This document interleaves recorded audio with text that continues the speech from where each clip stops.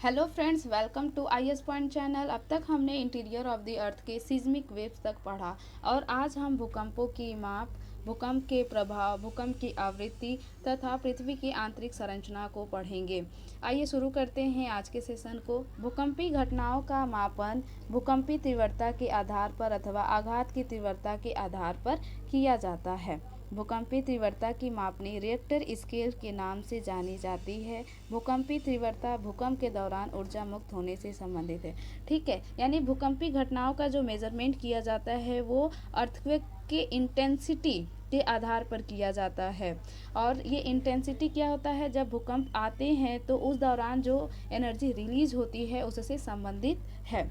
और Richter scale यानी कि जो भूकंप को मापने का जो इंस्ट्रूमेंट यूज किया जाता है वो रिएक्टर स्केल के नाम से जानी जाती है। और रिएक्टर स्केल पे जो हाईएस्ट इंटेंसिटी होती है वो 10 होती है। तो इसमें जो इंटेंसिटी मेजर किया जाता है रिएक्टर स्केल पे वो 0 से 10 तक होती है। आघात की तीव्रता या गहनता को इटली के भूकंप वैज्ञानिक मर्केली के नाम पर जाना जाता है। यह झटकों से हुई प्रत्येक छाने द्वारा निर्धारित की जाती है। तो जो मर्केली स्केल है वो जो इटली के वैज्ञानिक थे, भूकंप वैज्ञानिक, उनके नाम पर पड़ा है। और ये इसमें जो है जब भूकंप आते हैं जो झटके महसूस किए जाते हैं उसके प्रत्यक्ष हानि कितना नुकसान हुआ है उससे निर्धारित की जाती है। और मर्केली स्केल का जो इंटेंसिटी होता है वो 1 से 12 तक होती है। भूकंप के प्रभाव को देखते हैं। भूकंप एक प्राकृतिक आपदा है। भूकंपीय आपदा से होने वाले जो प्रकोप है वो इस प्रकार है। भूमि का हिलना, जैसा कि भूकंप का परिभाषा ही यही है कि शेकिंग ऑफ द अर्थ, जब पृथ्वी हिलती है तो भूकंप आते हैं। तो पहला प्रभाव यही हो जाएगा, भूमि का हिलना। और दूसरा जो है धरातलीय विसंगति है। तीसरा भूस्खलन है। चौथा जो है वो सॉइल लिक्विफेक्शन है। और पांचवा धरातल का एक तरफ झुकना। जब भूकंप आते हैं तो जो सरफेस होता है वो कभी कभी किसी एक ही डायरेक्शन में जो है झुक जाती है। नेक्स्ट है हिमस्खलन, जब ग्लेशियर का जब नीचे सरक जाता है तो वो हिमस्खलन कहलाता है। फिर नेक्स्ट है धरातलीय विस्थापन, बांध व तटबंध के टूटने से बाढ़।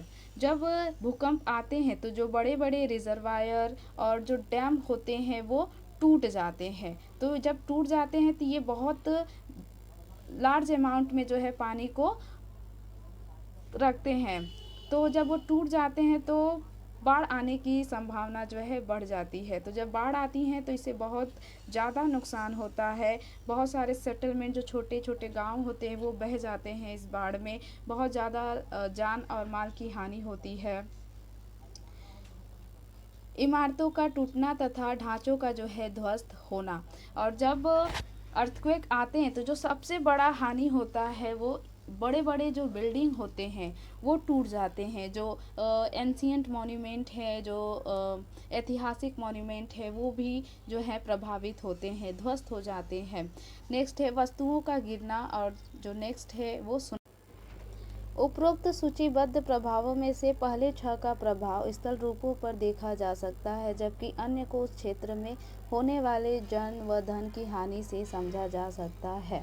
मतलब कि ऊपर से जो 1 से 6 तक हमने देखा प्रभाव को, वो डायरेक्ट जो है स्थल रूपों पर उसका प्रभाव देखा जाता है। जबकि जो अन्य थे जो वो उस क्षेत्र में होने वाले जन व धन की हानि से आप समझ सकते हैं।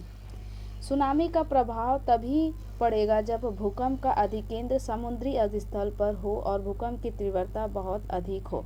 ठीक है, मतलब ये कि सुनामी का प्रभाव तभी पड़ता है जब भूकंप का अधिकेंद्र कहाँ पर हो, समुद्री अधिस्थल पर हो। जब समुद्री अधिस्थल के आसपास भूकंप का अधिकेंद्र हो तब सुनामी का जो है प्रभाव पड़ता है। और भूकंप की तीव्रता जो है वो बहुत अधिक होनी चाहिए। सुनामी अपने आप में भूकंप नहीं है, ये वास्तव में लहरें हैं जो भूकंपी तरंगों से उत्पन्न होती है। तो सुनामी क्या होता है, ये एक भूकंप नहीं है, लेकिन ये जो है भूकंपी तरंगों से उत्पन्न होती हैं। ये एक तरह से लहरें हैं, वेव्स हैं जो भूकंपी तरंगों से उत्पन्न होती है। यद्यपि मूल रूप से कंपन की क्रिया कुछ सेकंड ही रहती है, फिर भी यदि भूकंप की तीव्रता रिएक्टर स्केल पर 5 से अधिक है तो इसके परिणाम अत्यधिक विनाशकारी होते हैं। तो जो भूकंप आते हैं उसका जो कंपन होता है वो मात्र कुछ सेकंड तक ही महसूस किया जाता है, लेकिन भूकंप की तीव्रता अगर 5 से अधिक है तो इसके परिणाम जो है वो बहुत ज़्यादा विनाशकारी होते हैं। भूकंप की आवृत्ति को देखते हैं। तो भूकंप एक प्राकृतिक आपदा है। तीव्र भूकंप के झटकों से जन व धन की हानि होती है। तो भूकंप क्या है? एक नेचुरल डिजास्टर है और जब हाई इंटेंसिटी के झटके महसूस किए जाते हैं तो उस दौरान जन व धन की अधिक हानि होती है। फिर भी ऐसा नहीं है कि विश्व के सभी भागों में तीव्र भूकंप ही आते हैं, लेकिन फिर भी ऐसा नहीं है कि विश्व के जो है सभी क्षेत्रों में हाई इंटेंसिटी के भूकंप आए और अधिक मात्रा में जन व धन की हानि हो। केवल वही क्षेत्र जो भ्रंश के समीप है ऐसे तीव्र झटके महसूस करते हैं। तो केवल उसी क्षेत्र में जो है हाई इंटेंसिटी के झटकों को महसूस किया जाता है जो भ्रंश के समीप है।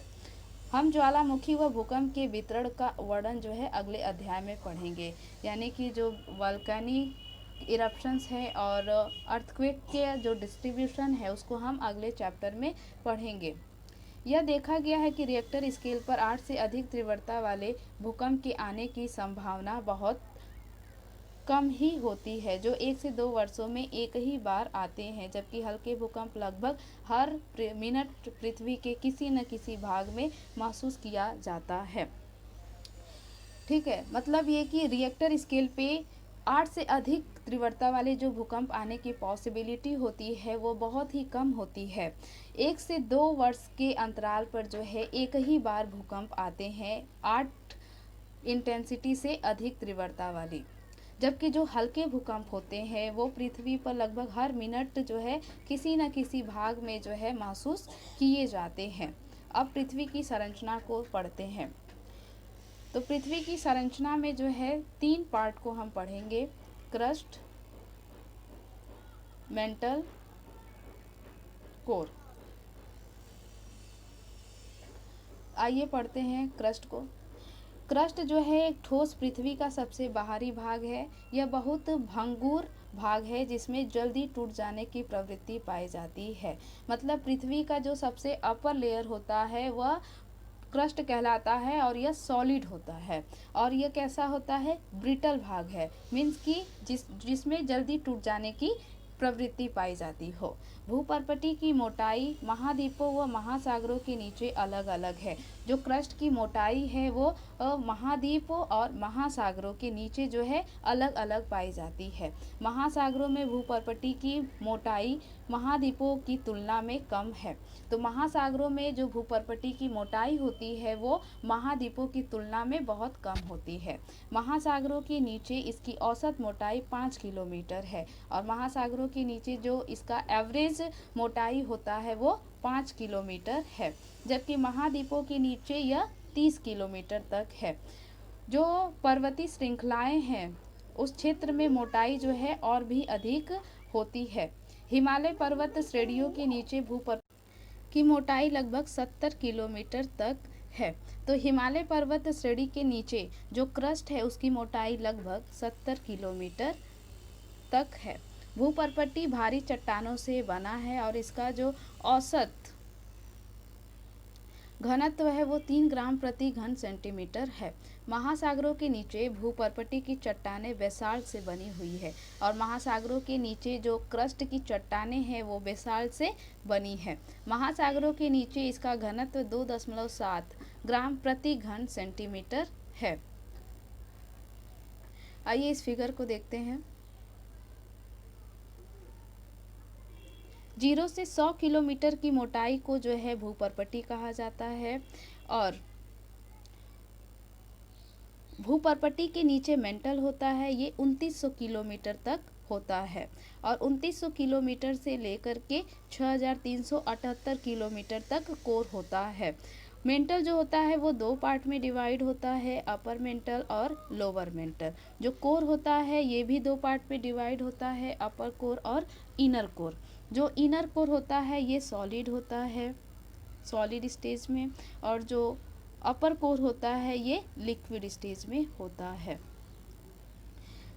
फिर लिथोस्फीयर क्या होता है?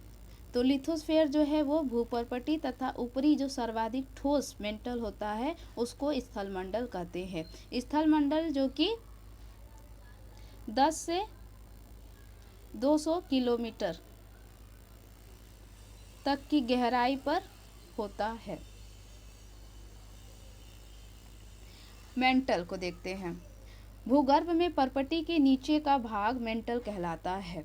तो क्रस्ट के नीचे वाला जो भाग होता है वो मेंटल कहलाता है और यह जो है मोहो डिसकंटिन्यूटी से आरंभ होकर के 2900 किलोमीटर तक की गहराई तक पाई जाती है। मेंटल का जो ऊपरी भाग होता है उसको स्टेनोस्फेयर कहते हैं। स्टेनो का जो अर्थ होता है वो दुर्बलता से है। इसका जो विस्तार है वो 400 किलोमीटर तक आका गया है। ज्वालामुखी उद्गार के दौरान जो लावा धरातल पर पहुंचता है उसका मुख्य स्रोत यही है। जब वोल्केनिक इरप्शंस होते हैं तो उस दौरान जो मैग्मा ऊपर की ओर उठता है और वो बाहर आकर के जो है लावा बन करके ठंडा हो जाता है, तो जो मैग्मा का जो सोर्स होता है वो एस्थेनोस्फेयर ही होता है। इसका जो घनत्व है वो भूपर्पटी की चट्टानों से अधिक है। भूपर्पटी एवं मेंटल का ऊपरी भाग मिलकर स्थलमंडल कहलाते हैं। तो crust plus upper mantle is equal to lithosphere. Means कि जो क्रस्ट होता है प्लस मेंटल का जो ऊपरी भाग है उन दोनों को मिला करके लिथोस्फेयर का जो है निर्माण होता है। और लिथोस्फेयर का जो मोटाई होता है वो 10 से 200 किलोमीटर के बीच पाई जाती है। निचले मेंटल का विस्तार दुर्बलता मंडल के समाप्त हो जाने के बाद तक है और यह जो है ठोस अवस्था में है। कोर को देखते हैं। जैसा कि पहले इंगित किया जा चुका है कि भूकंपीय तरंगों के वेग ने पृथ्वी के कोर को समझने में सहायता की है। जैसा कि हमने सिस्मिक वेव्स को जो है पढ़ा, सिस्मिक वेव से जो है हमें पता चलता है कि कौन सा वेव जो है कहाँ से पास हो रहा है, तो उससे जो है हमें अंदाज़ा लगाने में जो है बहुत सहायता हुई कि कौन सा पृथ्वी का जो अंदरूनी भाग है कौन सा सॉलिड है और कौन सा लिक्विड है। कोर व मेंटल की जो सीमा है वो 2900 किलोमीटर की गहराई पर है। तो आउटर कोर जो है वो तरल अवस्था में है जबकि इनर कोर है वो ठोस अवस्था में है। मेंटल व कोर की सीमा पर चट्टानों का घनत्व लगभग 5 ग्राम प्रति घन सेंटीमीटर तथा केंद्र में 6300 किलोमीटर की गहराई तक घनत्व लगभग 13 ग्राम प्रति घन सेंटीमीटर तक हो जाता है। तो मेंटल और कोर की जो सीमा पर चट्टानों का जो घनत्व होता है वो 5 ग्राम प्रति घन सेंटीमीटर होता है और केंद्र में यानी 6300 किलोमीटर की गहराई तक जो घनत्व है चट्टानों का वो 13 ग्राम प्रति घन सेंटीमीटर तक हो जाता है। तो इससे पता चलता है कि जो कोर बना है वो भारी पदार्थों से बना है, निकिल और लोहे से जो है बना है और इसको जो है नीफे भी कहते हैं। आप सभी का बहुत बहुत धन्यवाद।